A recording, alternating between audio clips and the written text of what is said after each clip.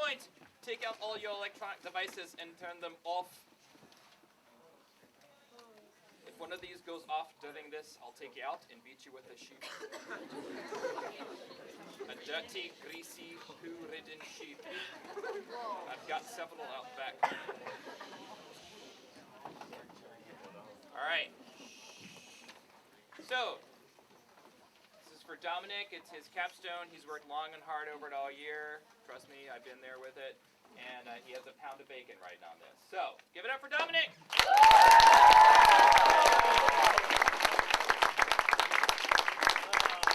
I was not expecting this at all. Oh no. I was literally just expecting like a few people, and then all these other kids are outside. I'm like, oh no. Oh no. So, yeah, hi, my name's Dominic. Thanks for coming to my capstone today. I'm doing it a little differently. I'm not really reading from a monologue, and I'm not having that whole monotone, this is what happened to me sort of speech. Because after further thought, I was like, no, I really don't want to do that. I want to do things differently. Different is how I roll. Personally, I've been doing things differently since day one, when I was born.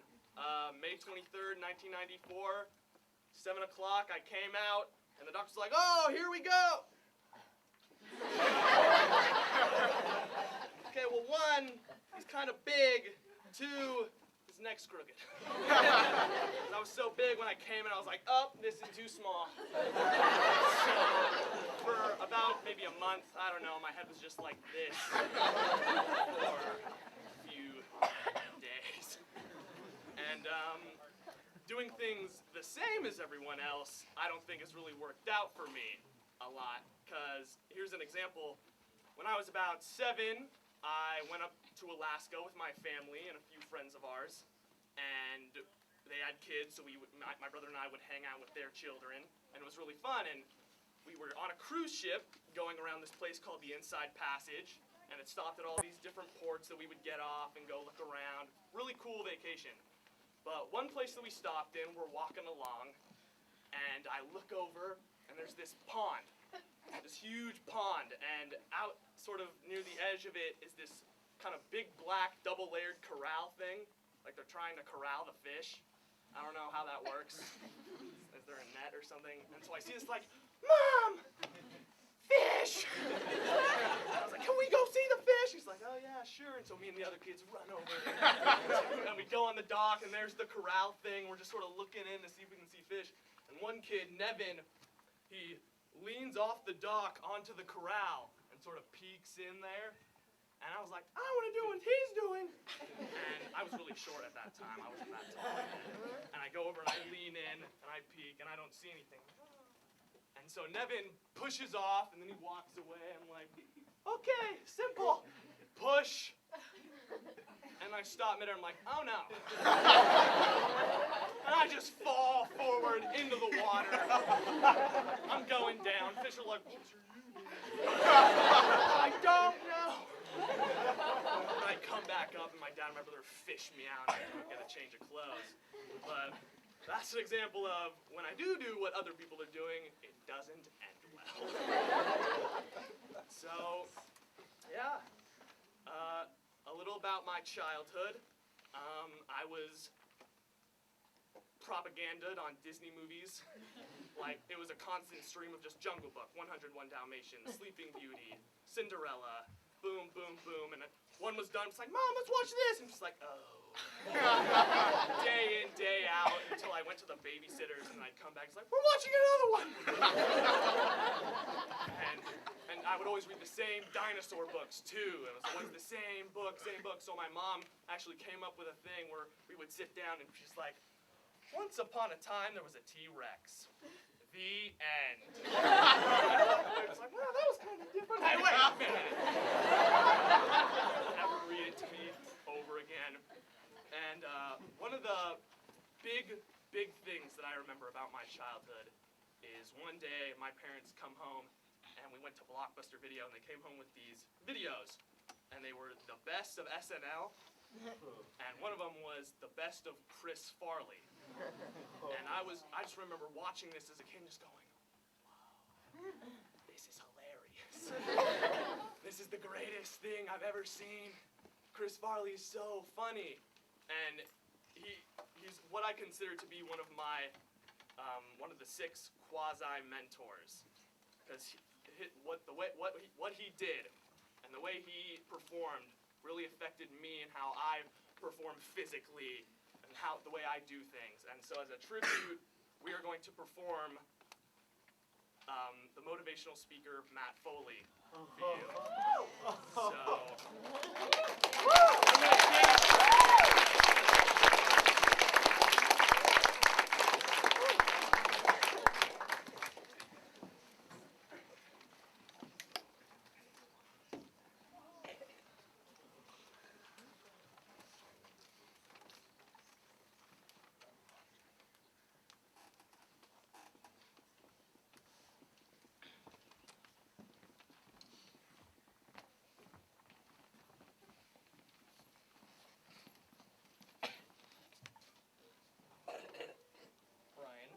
Stacy, your mother Ellen and I would like to thank you for coming to this family communication session. So what, you guys getting a divorce or something?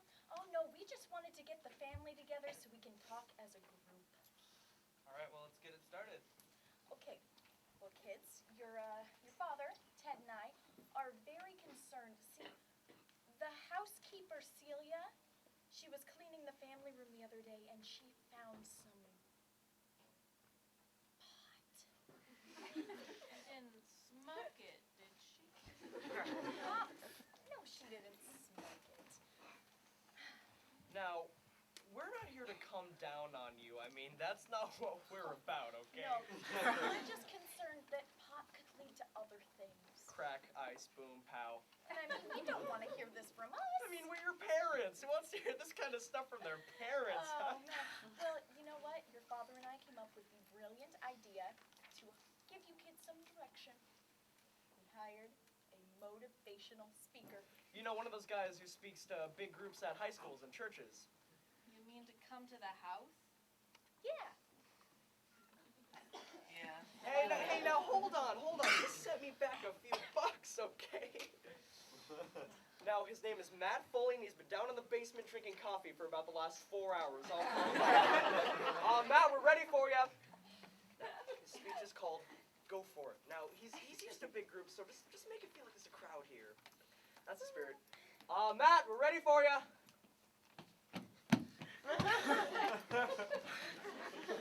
alrighty. How's everybody? Good. Now, as your father might have told you, my name is Matt Foley, and I am a motivational speaker. Now, before we begin, I'm going to give you guys a little scenario about what my life is all about. First off, I am 35 years old, I am divorced, and I live in a van down by the river. Now you kids are probably saying to yourselves that you're going to go out there and you're going to grab the world by the tail and wrap it around and pull it down and put it in your pocket. Well, I'm here to tell you that as you go out there, you aren't going to amount to jack! You're going to be living off a steady diet of government cheese and living in a van down by the river. So, young man, what do you want to do with your life? Well, actually, Matt, I kind of want to be a writer. Well, Lottie frickin' dog! We got ourselves a writer over here. Now, Dad, I can't see very well. Is that Bill Shakespeare over there? Well, actually, Matt, Ellen and I have encouraged Brian in his writing. Dad, I wish you would just shut your yapper! Now, Brian, from what I hear, you don't use your paper for writing, but for rolling doobies. You're going to be doing a lot of doobie rolling when you're living in a van by the river. Young lady, what do you want to do with your life? I want to live in a van down by the river. Well, you'll have plenty of time to live in a van down by the river when you... living in a van down by the river. Now you kids are probably saying to yourselves, hey Matt, how can we get back on the right track? Well, I see that there's only one solution. And that's for me to get my gear and move it on in here. So I'm gonna bunk with you, buddy. We're gonna be buddies, we're gonna be pals, we're gonna wrestle around. Old Matt's gonna be your shadow. Here's you, here's Matt. There's you, there's... Whoopsie daisy. Don't worry about that. I have all the time to hang out. Me and my buddies, my pals, my amigos. I'm gonna go get my gear. Yeah, Matt, you don't have to do that. You don't have to go. You don't have to do that. We'll never smoke pot again. Matt, thank you for all that you've done. I don't give a rat's behind. I'm moving in. Tired of living in a van down by the river. Is the back door locked? Yes. I love you, Dad. I love you too.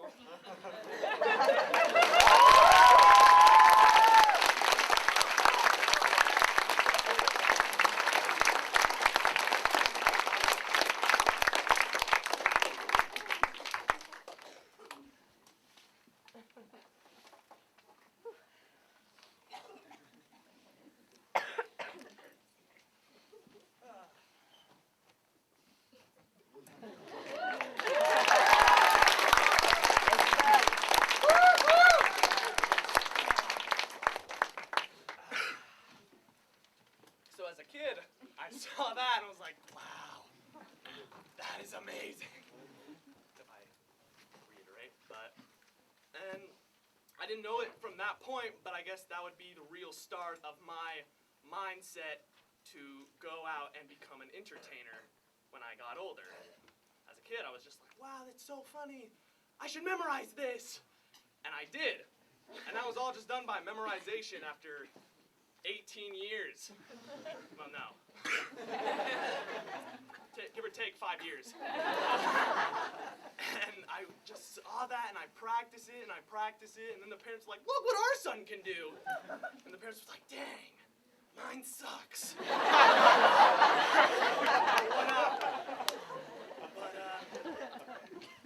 Man, when I was younger, though, I was very different. For example, when I went to school, all the other kids would do all their own thing. They'd be playing wall ball and foursquare and swinging, and I didn't. I was doing something completely different. I did something that I called Dominic World, where I would basically just imagine that I was some other place, and I would just become that. Like, I would imagine, oh, I'm a Power Ranger. Whatcha! Form the Megazord! And other kids would just look at me like, what? Is he okay? One day, my grandfather even saw me do this, like, is he retarded? I was like, no! No, he's fine. But yeah, for years I would do that. And it was a little bit embarrassing. After a while, I stopped, but a little. And so yeah, I kept going through school, kept doing that. I wasn't exactly the best student. I do phonics. That's always fun. Does anyone remember that? Hooked on phonics worked for me. Now, my parents had to work me with that because I had a lisp when I was like 6. So, not gonna. No, I will tell that story. We had just gotten our 2 cats, 2 kitties, and they were Chica and Cooter. I don't know why we named Cooter that. And I was so excited, and I go into school one day, I'm like, oh, we just got 2 new titties. Because I couldn't say K's. And my teacher's like, oh. Yes, Mrs. Paul? Yeah, your son just called us and told us about his new titties. And I was like, yeah, he means kitties. We're gonna have to work on that. And so we did. Now I can speak somewhat fluently. And so I kept progressing on, and one day we were driving up to our mountain cabin up on Mount Hood, and my brother pulls out his MP3. I don't even think the iPod came out yet. and he plugs it in somehow. I'm thinking about it, I was like, we didn't have jack-ins. And he put it in, and he started playing this comedian named Brian Regan. And that was another great experience for me. And I was just like, whoa, this guy is super funny. Again, I couldn't even see him. I didn't know what he looked like. But I heard his voice, and I heard his style, and I was like, whoa. And he sort of taught me self-demeaning comedy, where I would sort of make fun of myself, and everybody laughs. And I memorized an entire skit by him where he was talking about school. And it went like this. He was like, oh, school was always hard for me. I remember going into class, and my teacher's like, Brian, what's the I before E rule? Like, I before E, always. No, Brian, no, let me show you. So she went, it's I before E, except after C, and when sounding like A, as in neighbor and way. And on weekends and holidays and all throughout May, and you'll always be wrong, no matter what you say. It's a hard rule. It's a rough rule. Plurals were always hard, too. Brian, how do you make a word a plural? You put an S. Put an S at the end of it. Man. Weekends and holidays. No, Brian. No, let me show you. So she asked this kid who knew everything, Erwin. Erwin, what's the plural for ox? Oxen. The farmer uses oxen. Brian, what? What's the plural for box? Boxing. I bought 2 boxing of donuts. No. Erwin, what's the plural for goose? Geese. I saw a flock of geese. Brian. What's the plural for moose? Moosin! Saw a flock of moosin! There were many of them, much moosin. On the woods, and the wood is, and the wood's in. Meese want the food is the eating isn't. Moose want the food and the wooden isn't. And the wooden isn't. Brian. You're an imbecile. Imbecilin! You're speaking German now, Brian? German. Jermaine Jackson 5, Tito! Brian, what the hell are you talking about? I don't know, really. That kind of described my childhood. School-wise, I was like, oh, I don't know. And I was able to progress somehow. And I got to about 5th grade at Nancy Riles Elementary. Woo! Yeah, crocodiles. And I'm sitting there with my friends, Jacob Cooper, back before he straightened his hair, and he was really curly and short. And not whatever he is now. Scene. There's nothing wrong with Scene. And I was with Jordan Zenka. If you remember him, short little Mexican guy, was a little weird. And Allison Stein. And we were talking like, oh, what are we gonna do for after we graduate 5th grade? And I was like, I'm going to Highland Park. That's where my brother went. That's where I'm gonna go. Good old Highland Park. Woo! How disillusioned I was. And Jacob Cooper's like, oh, well, I'm gonna go to this place called ACMA. It's really cool. It's an art school, and it sounds so exciting. And I want to go to there for drawing. I was like, okay, sweet. And he did get in, and so did Allison and Jordan, somehow. All right, I'm gonna go to Highland. And Highland, terrifying. I get in there. I meet my first teacher, 6'8", gigantic man, Mr. Ware. I was like, oh, God. And if I could summarize Mr. Ware, it'd be this one occasion where he was taking in homework, and he was going through the names. I don't remember if I even had mine. Hopefully I did. But he goes to this kid named Eric. He's like, Eric, where's your homework? And Eric, not the brightest tool in the shed. Not very smart. I was like, I forgot mine. I don't have it. And Mr. Ware, without skipping a beat, goes, get out. And everyone's like, what? It's like, just get out now. And Eric got up and left. And I was like, oh, I should get out of here. And so my mom came to me and she was like, you know, Jacob Cooper talked about going to ACMA. Do you think you might want to go there? And I was like, I don't know. I I've never seen the place. So she set me up to go and shadow. And my shadow was, I was shadowing Colby Albertson, which was freaking cool. And I go, and it's pretty awesome. It's a cool little place. I thought it was bigger when I first got there. And I came back next, just like, it shrunk. And that was a big step into doing something different, because I was so tired of Highland Park. Sure, the English slash social studies teacher was kind of hot, but the ends didn't justify the means. Or the Mr. Wares. So, I was like, all right. So we applied, and I waited, and waited, and waited, and then I just forgot. It's like, all right, whatever. And we go on vacation, and then we're coming back, and my mom goes, oh, here's our mail. Oh, Dominic, you got into ACMA. I was like, huh? Oh, right, that place. She's like, yeah, someone dropped out, so you're in. So I got into ACMA, and man, I'm glad I came here. This whole place is so awesome. Just everyone around, everyone, except for a few people. Everyone is great, and it's a great experience. And yeah, went on through there. I originally came here for drawing, like most people. Almost everyone comes here for drawing. And I thought I was okay. And I was doing the drawing programs, but back then I was like, I want to draw manga and stuff like that. Because that was what everyone was into. It was my grade, oh yeah, you were all into Japanese comic books. I know.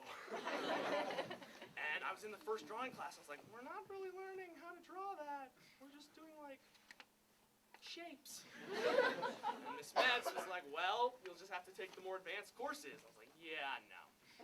Walk out. And so I tried experimenting with theater and film. And theater is where I met one of my good friends, Ryan Garside. And later we went to film, and that was freaking awesome. But theater, I sort of got into, but Mr. Morello, he's a great teacher. Great teacher, if you can handle him. But I disagree with a lot of what he's trying to show, or teach, or anything. He's more of what I consider Shakespearean, and I'm more of a comedic, humor, laughingstock sort of actor. So I was like, you know what, this really just isn't doing it for me. And I just still tried with filming, and that was so much fun, even though all my films were bad. And I almost did no films, except for the ones me and Garside would do, and I just loved being on camera. That was so much fun. Just being on camera, not worrying about who's watching you, just being able to do whatever you want. It was great. And we formed a friendship and a great little film thing where we just do stupid little films. Like one where I was looking at some people through the window, I was like, it's a safari. There's wild animals everywhere. And then they look at me and I'm like, oh no. The little credits was like, he died that day.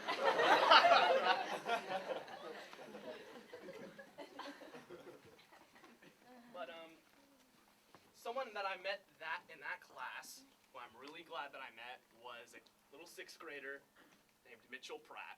And at first I was it was weird, because Mitchell Pratt was just this, okay, I gotta do the work. I'm super stressed out. Don't goof off. Blah, blah, blah. I was like, oh, dear child. You have so much to learn. Because I'd sort of been a little bit of a calm child, but then when I got to ACMA, it was like the alien came out and was like, the old me was just dead, and there was this crazy little monkey going around everywhere. And so I feel like me and Garside sort of opened up Mitchell's horizon to just how loony you can be at this school and get away with it. And I am so happy that I'm friends with Mitchell Pratt, because he is an awesome kid, and he's really, I feel, brought out some of the best in me. And an example of that is he came up to me near like the middle of the year, and he said, Dominic, I want to use you in this movie I'm making. I was like, oh, okay, what is it? It's like, it's about this mad scientist greaser kid, and he's trying to make some evil inventions, and people just always beat the crap out of him, and he never goes anywhere in life. And I was like, okay. And we called it Kid Macabre. And the first film we did it was great. In my eyes. It pretty much just had me getting beat up by Little Josh Shore and Thomas Nelson. And I was like, nobody beats up Kid Macabre! With my long girl hair and a leather jacket. So then I would make this mind control helmet and I put it on Ryan Garside and he goes insane and starts beating up Thomas and Josh. And somehow they're able to rewire it and then Ryan comes after me and I get whooped. So, and that was really fun because after that, we just made more and more and more of these Kid Macabre movies. And they're so great. And we're working on one right now. This is our mega feature, Kid Macabre in Wonderland. And this took me, Victor Pratt, and Jack Walters getting over the summer and writing this, and it was fantastic, and I'm super stoked to get working on this after school. And yeah, so progressing through middle school was fine. I was like a C student. I just didn't really apply myself the way I wish I should have. I know my dad definitely thinks that. My dad, though, we're pretty similar. I mean in the sense that when we're around certain people, we'll be very calm, we're very like, oh yes, blah, blah, blah. And then when we get with the right crowd, we go off the hook. My dad, he was recently at a wedding, and my friends come up to me after the wedding like, dude, your dad's so funny.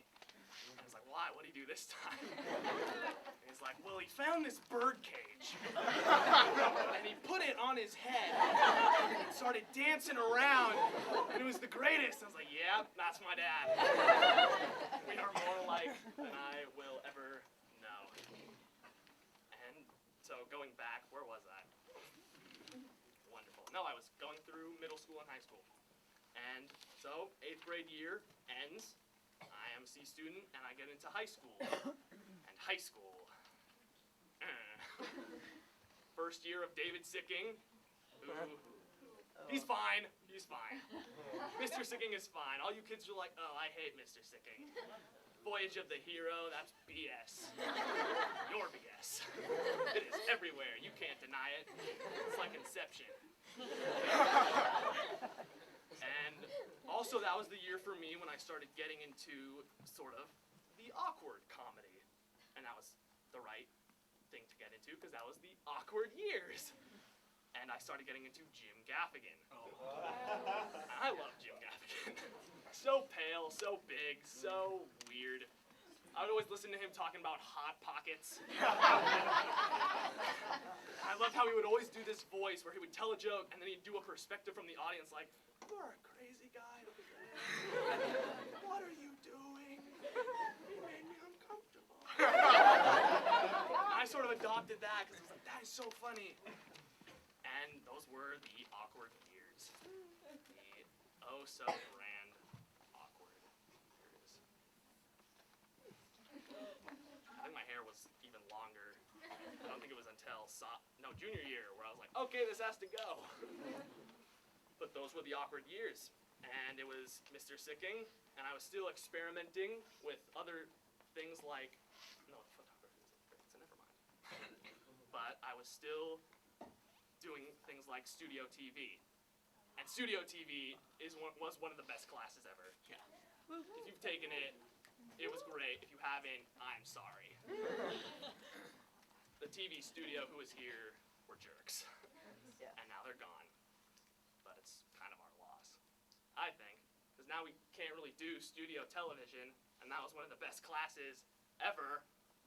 So, but I digress. Studio TV, a great class, really helped me, again, by getting around the strange sphere that I put around my head. You can take that however you want. And again, it was just another way for me to get on camera and really be myself and express myself. It was my own art style, but I wasn't really making them. I was performing on them. And my mom would always ask, like, oh, why aren't you going into these plays? Why aren't you auditioning? It's like, that's just not me. I don't take these things very seriously. I don't want to be the next Hamlet or the Good Doctor. I tried for the Good Doctor, though. Did not get in. I was the bad doctor. And, yeah, so then we got into, it was about sophomore year. Sophomore year.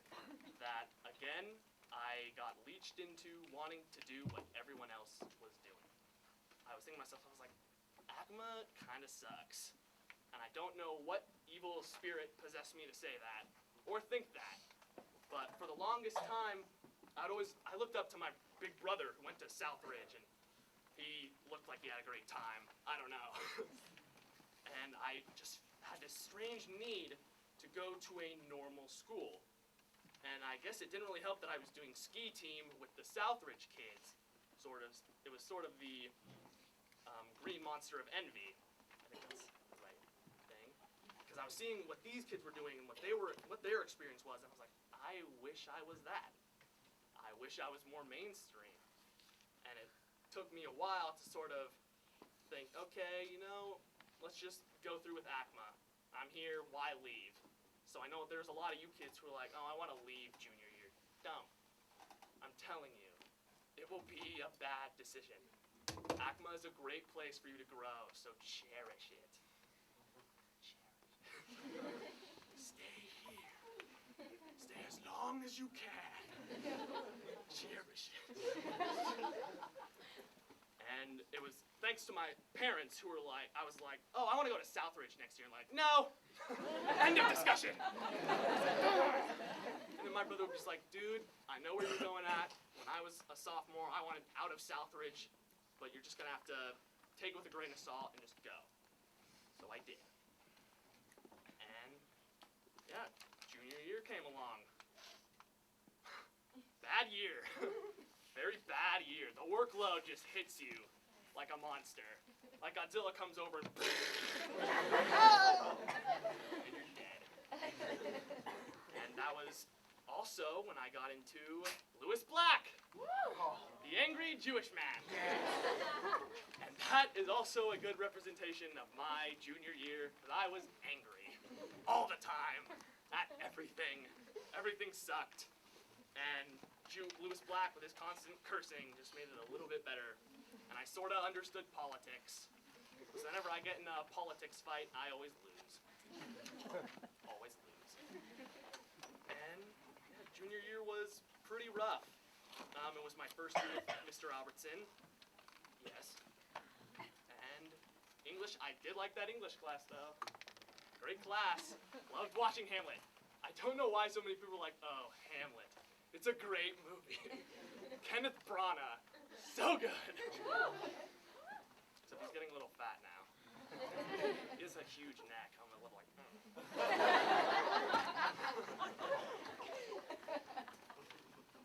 So, after junior year, made its way out, and I barely made it over the learning curve. I screamed my leg as I got over it. There's a piece of flesh hanging on the That's gross. I got into, but I was in senior year, and for the longest time, I had been telling myself, oh, I'm just gonna do a graphic design sort of career line. I was taking all the graphics classes with Miss Nimchek. I was doing all the things I needed to, and then she left. She, quote unquote, left. And I was like, well, I'm stuck. All the classes they're giving out are like level 1. I don't want to take that anymore because I've taken it twice. And so I was like, no, let's just enjoy senior year. Let's just do the classes that I really, really want to take and just go with the flow. And I did. I'm really glad I did because I'm at peace. And I met some really cool people like Zoe Sherman, wherever she is. There she is. And it was fun meeting her, and I met a few other kids whose names escape me. But I met a lot of more people, and it was a lot of fun because we all just sort of I was having fun. I was taking a break from everything, and I was having fun. And that's what matters in life. Don't let anybody tell you different. And I was doing something different. I was not doing another science course or doing another math course second semester. I was doing what I wanted to do, and that was awesome. And that leads me to sort of my next comedian, who is not really new, but has had a new impact on me, and that is Will Ferrell. And I really just took that figure into me, because we're so similar. We're both tall, we're both awkward at times, and we both, I believe, just love making people laugh, and making other people enjoy the moment. And I believe that's six of those people, Chris Farley, Brian Regan, Jim Gaffigan, Lewis Black, Will Ferrell, are what I consider to be my pseudo mentors. Because they have had such an impact on who I've become and what I want to do, that I do see them as my mentors. And you're probably like, well, they're not really your mentors. Chris Farley's dead, which is a tragedy. But I do. I mean, Mr. Sicking says Joseph Campbell is his mentor, and we all know that's BS because Joseph Campbell is a myth. He's like Bigfoot or the Loch Ness Monster. Mr. Sicking can have a mythical creature as his mentor. I believe I can have 6 comedians who don't really know me personally as my mentor. And that has had an impact on my whole life. I really look forward to being a comedian when I get older, or even just an entertainer. It sort of goes both ways. Like entertainer, you can do SNL and that stuff, or you can do stand-up. And as my central dramatic question for my capstone, I looked at, well, what if those don't work? What if I can't become a comedian? What if I don't get on SNL? What else can I do? And there's a lot that I can still do. I can do voice acting, like Tim Curry. Nobody knows who Tim Curry is. Okay, never mind, you do. But Tim Curry, or I can do, or besides voice acting, which is still a lot of fun, I can do just internet videos. There's so many funny people on the internet. Like, one of my favorite people to watch is Doug Walker, the nostalgia critic. And he just reviews old movies, and he's hilarious. He curses a lot, but he's hilarious. And I recently just found this other guy, I don't know his name, but he just tells little stories in his room about how one day he was in a stall at Target, and then another guy came in and he's like, it's Monday. And I scream as loud as I can. He's a lot like Dennis Babarovich almost. I see him like, it's not Dennis when he gets older. And it is. It will be. And that's the road I'm going to take. I can still do a lot of things that involve being funny and being comedic with my life, even if it doesn't pay. Except Doug Walker gets paid, so I win. And that has an effect on my art piece, which I wrote, and that is a sketch. It is totally original. I wrote it, and the way it came about was one day I was just sitting on my computer at home, probably not working, and I look at the TV, and it's like, today it's been found out that children have been drinking hand sanitizer to get drunk. And I was like, what? Really? And apparently what they've been doing is they're finding some way to get the alcohol out of the sanitation. I don't know. I was like, what lengths are you gonna go to drink hand sanitizer just to get a buzz? Oh, you fools. So I was like, well, that actually would be hilarious to write about. So I wrote a script based on that. And yeah, we're gonna perform it for you now.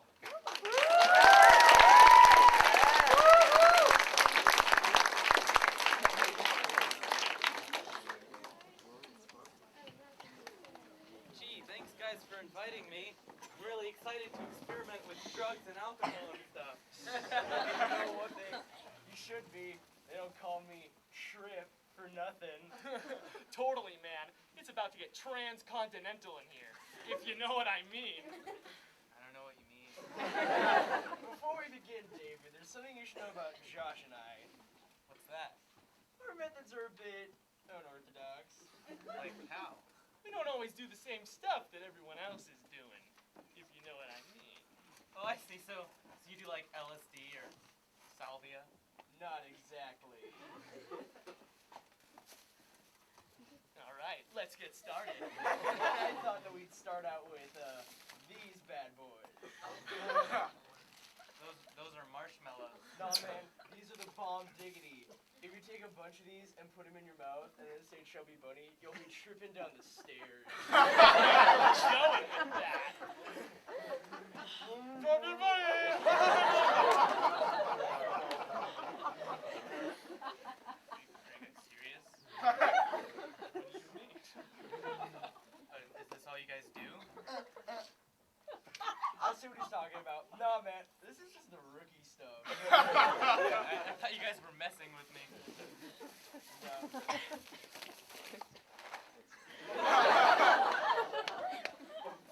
What are those for? This is the serious stuff, if you know what I mean. You don't. Did I mean for sure? No! I don't understand!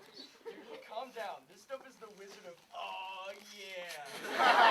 What you do is you crush it up and then you snort it, and like the dust goes into your brain cells and like it kills your brain cells.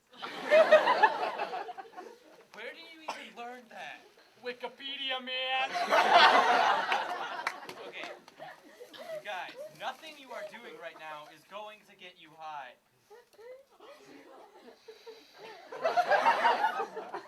Yeah, man, we can't end the night without sticking Hot Wheels. Are they supposed to get you high too? I just like to smell them. Are you freaking kidding me? I came here to drink alcohol and smoke some dope, but you posers just want to smell Hot Wheels! Have you even ever done real drugs? Oh man, that stuff could hurt somebody. Yeah, dude. Don't you know how many lives are ruined from drugs every day? Like 12. 12, man. You know something, David? You are being extremely selfish. And selfish. You can go on living in your square little world, but don't come knocking on our door to get in our circular dimension and ruin it, okay? Love is dimension and selfish. You know what? So what if we do weird things to get high? So what if we smoke pixie dust and get high to an Agata Davida? We also know how to get high on friendship and love. And selfish. And you know what? If I know anything about getting high on love, it's that you don't have to say you're sorry. Well, guys, that was really deep. I just want to say David, just sit back, relax, and bask in the holy glory of a smoking Twinkie. In a Agata Davida! What the hell is going on here? You get out of your room, young man! We raised you, man! All of you out! You and your hooligan friends! Kids, they just break your heart! Why do they have to get involved in this drug stuff? It's not natural. Anyway, honey, maybe to let out some steam, why don't you snort some toothpaste off my nipples?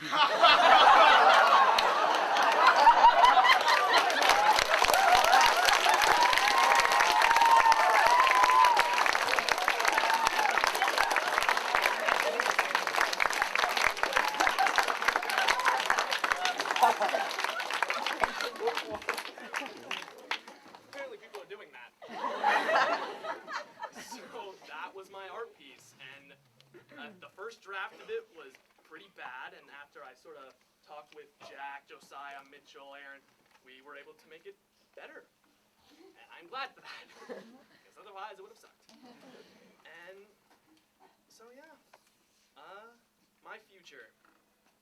I'm going to be attending Western Oregon University after the summer. I'm stoked. Western Oregon, it's pretty legit. and I'm going to be going into writing and communications. Because most people who end up on like SNL or even comedians, they need to be good writers. They need to know how to write anything. They need to know how to write material. They need to know all the ins and outs. So I'm just gonna go and I'm probably gonna learn how to be a better writer. I'm an okay writer. I'd like to be better. But while we were at Western, I noticed they had the criminology program. And I guess it was just from reading too much Batman comics. But now I'm interested in going into criminology. Because I remember at a younger age, I would be like, I want to be a detective. And I actually went around with a detective hat. It was the coolest. But that's something that interests me, and it's something different. Like, just in case that career doesn't work, I would have criminology, which is super cool looking. I've never really had an interest that big before, but that's what I might want to go into. And who knows? I might be doing a show like Daniel Tosh, except not as bad, not as profane. And I'll end the show and it's like, oh, good night, yeah, and I'll leave and there'll be the chief of police. Like, we got a murder downtown. It's like, I'll be on my way. I'm Batman.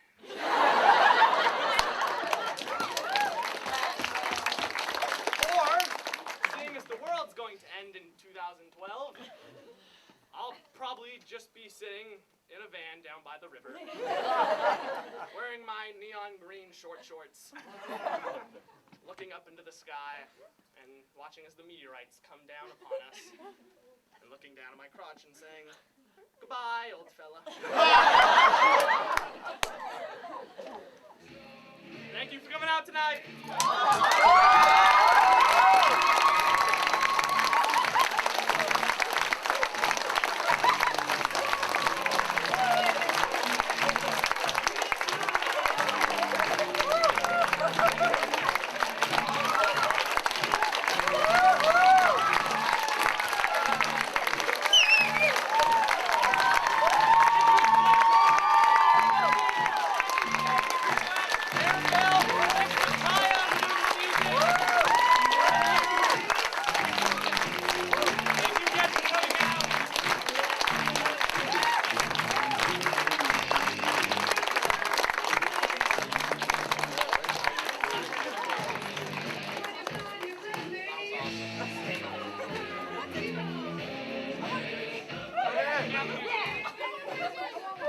Any questions?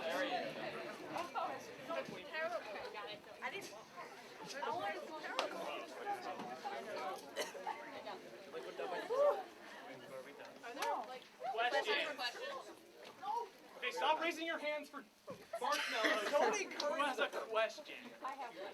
Oh.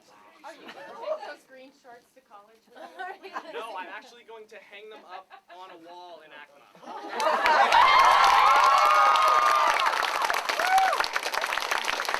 Take it down, I will sue. You in the back, blue shirt. Where did you get the shorts? Good story. It was before winter formal, freshman or sophomore year, and I'm going through my brother's clothes because he had all the better clothes, and I'm going through. I'm like, there has to be something to wear, and I get into one drawer, and there they are. I'm like, what?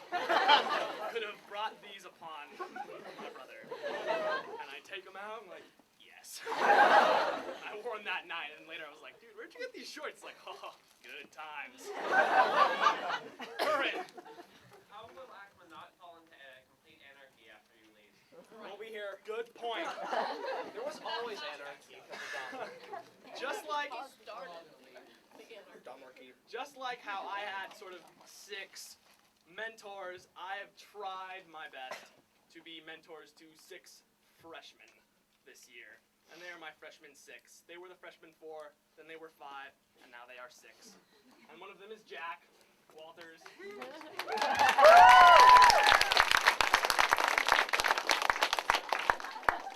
The other one is Josiah. And I have Carson Fritz. And I have Noah.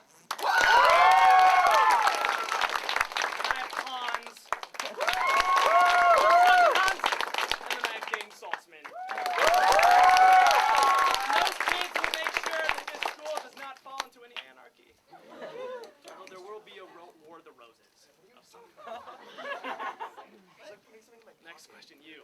I'm just asking because I also went to Highland Park and it was tough for me because it was really, hard. Bad. What hall were you in and who was your favorite teacher? C Hall, and my favorite teacher was Miss McClellan. Mighty fine. Allison. So, what's your favorite pun? My favorite pun? Yeah. My mom's. Every time she tells a joke, she's always like, "I'm so punny." And that's the only one I care about. Curran, did you still? What is your favorite river in Indiana? My favorite river in Indiana. That is a stupid question. And because that's a stupid question, I have Barkley Saltzman, who's now going to punch you in the face. Because last year I was at a bunch of capstones and I was like, so many people asking stupid questions. Barkley, you're gonna punch people who ask stupid questions about capstones. Yes. Blue shirt again. Do you know any other comedians other than those 6? Yes. Bo Burnham. I don't like Bo Burnham though. I just don't like him. He's too good. He's too good.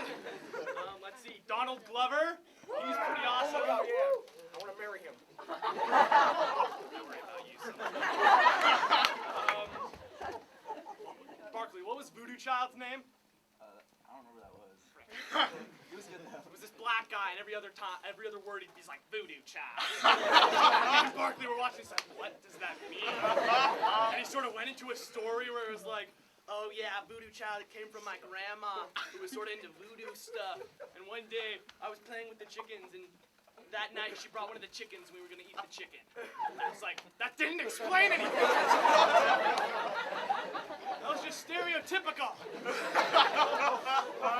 So I know him. Dave Chappelle.